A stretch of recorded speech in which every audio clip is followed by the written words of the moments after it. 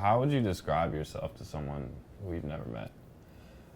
I'd probably say that I'd bring up that I do music, but I wouldn't go into too much detail. I'd just say I produce for rappers and I make my own music, such as my band. And yeah, that's all I'd say. I wouldn't go too much into detail just because it's a lot to take in. Because you do a lot. Right, yeah, it's a lot. Tell me about the 3 projects you do. So Ginseng, that's my producing thing. Primarily it's just producing beats for other artists and stuff. Wintr is my artist project in which I rap, I do vocals and stuff.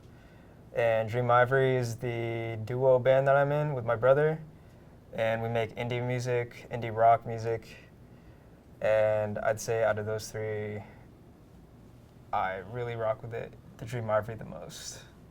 Is that what you've been working on the most recently? Yeah. Recently, that's what I've been working on a lot. Just piling up tracks for the album. What can you tell me about the album? It's a lot different from the first album. It's a lot more ambitious, I'd say. Doing a lot more with like different sounds, different types of vocals and stuff. And I think the fans will really enjoy it once it's out. What's it like working with your brother? Super easy, just because we've been like this since day one. So it's not like working with a stranger or anything. That's someone I really know. How did you start producing? I started producing in 2016. I just started just because of my love for music, pretty much. And I was listening to a lot of producers and artists at the time, such as 50, Misogi, Xavier Wolf. And I was just like, I need to make my own stuff. So I just started making my own, downloaded the DAW, and just got started. So it's really interesting that, you looked up to these people and now you collaborate with Right, them. yeah. That's pretty crazy, yeah. I never thought I'd be able to collaborate with a lot of the people I'm friends with nowadays, but super thankful that's like that now. You and 50 are both in Red Mirror. Yes. What can you tell me about that? Got a lot of stuff planned. I know we always say this, but it's true. We got a lot of stuff planned, a lot of music. Just know we're working at the moment, and hopefully very soon you'll see some sort of product of what we've been working on. You got 3 projects. Why separate them instead of do it all under one name? I think just because if I did it under one name, for example, it would be pretty confusing to a lot of the fans. For example, like with the band, that's like a totally different fan base as opposed to my little Wintr stuff with the rapping. So I think separating it just makes it easier for people to digest what I make, pretty much. And do a lot of people discover that, or listen to both and not realize? Yeah, all the time. Sometimes people will be like, "Oh, you made this dream, or you're in Ivory. I've been listening, but I never knew like you're a Ginseng as well." Like, it's crazy. Yeah, that happens way more often than not. So how is Lil Wintr doing? Very well. I'm also planning an album. I have like 10 songs done at the moment, but I think I'm just gonna keep making more songs until I figure out like what are the best 10 or 11 to put on the project. What have you been working on stuff as Ginseng recently? Yeah, not so much solo tracks as Ginseng, but in terms of producing for other artists and just knocking out beats, getting placements and stuff, yeah, I've been working on that a lot as well. Just trying to balance out all 3 pretty much. A lot of people are wondering what it takes to get a placement. What it takes to get a placement? To be honest, it's way easier than a lot of people think. All you gotta do is find the email, and like I said, that's easy. You could just tweet out, "Oh, what's so-and-so's emails?" More likely than not, someone will give you the email. All you gotta do is be persistent and send beat packs over to the artist, and you might get a placement. That's pretty much what I did with a lot of the artists I've worked with now. Just kept sending them packs, and then they ended up using the beat. So you think people overthink that a lot? Definitely, yeah. Just because it seems like it's something hard to do, but if you put in the work and you keep sending out, then you'll be straight. Who are some artists that you want to work with that you haven't yet? Playboy Cardi, definitely. Uzi, definitely. Those are pretty hard to reach, I'd say, but Those are probably like the two dream collabs. A lot of people know you for your fashion sense as well. So what are some of your favorite clothing brands? Favorite clothing brands? I'd say at the moment probably JPG, Vivian, well, for like jewelry and stuff. And surprisingly, like a lot of thrift stuff. I just go to the thrift store a lot and find like whatever random tees are there. That's what I've been rocking recently. Who are some of your inspirations when it comes to fashion?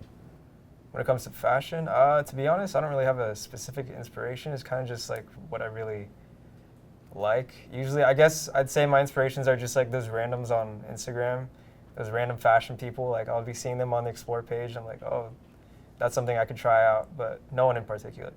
I'm gonna pivot a little bit. What was Hella Sketchy like? So Hella Sketchy was a very empathetic person, very energetic. No matter what situation you're in, even if he wasn't feeling exactly like up himself, he was always like spreading the positive energy around to everyone. Super nice guy. Even if he didn't know you, he just wished the best for you. So he's probably one of the most positive human beings I've ever met, to be honest. What was one of your favorite memories together? Probably just basic stuff like being in the random B&Bs, messing around, making music.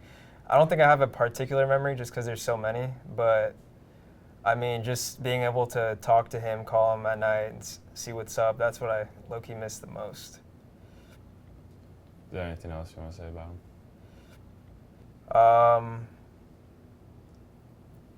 So yeah, Hella Sketchy. I just want to bring up the fact again, like one of the most talented artists I've ever met. I'm lucky enough to be his friend, but even if I wasn't friends with him, I would still respect him just as much.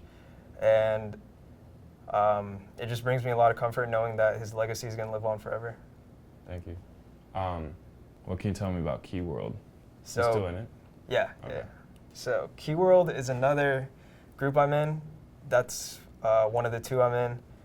And I'd say we're more production-based, but also just as, not secretive, but we really like to talk about what we're doing a lot. Just we're working hard on stuff too, planning a few tracks and stuff. And most of the guys in there I've met, but all of us, we're all close-knit. Not a lot of people in there, so we're all close to each other. And yeah, there's some of my favorite like people to collaborate with for sure. People you still look up to? Yeah, definitely, yeah. So you just started getting tattooed? Yeah, I just started getting tattooed. I got this one for Hella Sketchy, and then this one for my band, and then this one it's my birthday, so yeah. How does it feel? Low-key, these ones felt pretty good, to be honest. This one was it kind of hurt low-key, but yeah, it's crazy because I got these 3 within the span of a month, so I think I'm gonna probably take a break for now, but I like getting them. I enjoy it. You gonna get your arms blasted? I don't know about all the way, but definitely a few more, yeah. What is something you wish more people knew about you? It's a tough question. Let's see. Probably, I mean, I think I've reiterated this a little bit, but just the fact that I don't just make one certain thing, which isn't bad, but you know, like I'm really into the rap stuff and the producing stuff, but I also listen to a lot of indie bands, a lot of different genres of music. I aspire to make as many genres of music as I can. Yeah, I think people just box me into like the rap kind of circle or whatever of music, but I'm really like well versed into other genres, and it's something that I really want to put out there more, make it more obvious. Do you feel pigeonholed at the moment? Oh yeah, definitely, yeah. Not as much now, but yeah, it's still like that for sure, so just got to figure it out. Are there any genres that you haven't experimented with that you want to? Yeah, pretty much. I mean, alternative rock music, a lot of the stuff that like Misogi has made has like really like opened my mind a lot, just because he implements a lot of like rock music with trap. That's something that's really cool. I'd really want to try out. distorted guitars and stuff like that. Who are some artists that are very fundamental to who you are as a person? Not so indie, I'd say, but the 1975 was early on, like a band that really actually shaped a lot of my sound just because they know how to implement like guitar with synths and pads, and they have like super crazy chord progressions and stuff. That's something I really try to like implement into my beats a lot to this day. And probably Beach Fossils for my band, Dream Ivory, just because the simple riffs, simple chord progressions, it's something that's really catchy to me and something I really wanted to make after hearing them. How long does it take you to make a beat? Depends. Nowadays, if I'm producing for a rapper, I can make a beat in like 7 minutes or less. I don't know. But it depends what type of beat. Like, if it's something I'm really working on, and let's say, for example, like a Night Lavelle beat, if I want to send him something, I'll take an hour to like 3 hours on one beat. So it just really depends on what type of beat, what type of vibe, stuff like that. Do you make a beat a day, or does it? It varies. Sometimes I'll make like 7 beats in one day, and then I'll go like 3 days without making a beat. So I'd say on average, maybe like 3. I try to make like 2 or 3 a day, but it really depends. So, speaking of Night Lavelle, you did produce 14 to 18 tracks on his most recent album. What is something about that album that people might not know? Something that people might not know, we didn't plan for me to produce that many tracks. I think I was supposed to have like 1 or 2 on there, but then Lavelle just kept asking for beats. And at the time he was asking for beats, he wasn't really even like planning an album per se.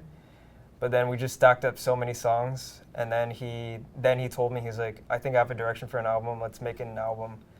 And that's how it came to be. Like, I never really like planned to produce so many tracks for it, but that's just how it happened. And did you see the release party in Canada? Yeah, I was there. Lavelle's manager, John, flew me out to see the release party, so that was super cool, in Ottawa. What was that like? It was super cool. It was like teed up for sure. They had like the skeleton in there and the cage, like the album cover. It was super cool. And like it was cool seeing a lot of the like the main Lavelle fans, like the core fan base in Ottawa, turn up for the album release. That was super cool for sure. What is it like seeing, that many people like in a physical space like move to your music? Like, have you really seen like a concert where your music's been played before? No. So that was actually like super surreal. Just seeing people like feel the music and stuff. And with Lavelle being one of my favorite artists for like a minute, it's even crazier that it's like his project. And yeah, it was just super surreal, but super cool to just see people enjoy the album in real life. Are there any rappers you're working with now that you can tell me about? Yeah, I'm working with Booth Boy Icy.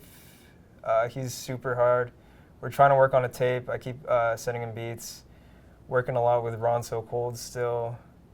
And other than that, just trying to get my beats out to whoever I haven't worked with before, just so I can get my name out there a little more. What's the key to making the perfect Triller? Key to making the perfect Triller, I think you should just keep it simple, not that many effects. Don't go too try hard with it, just make whatever, upload it. Let's talk shop. What are some of your favorite VSTs to use?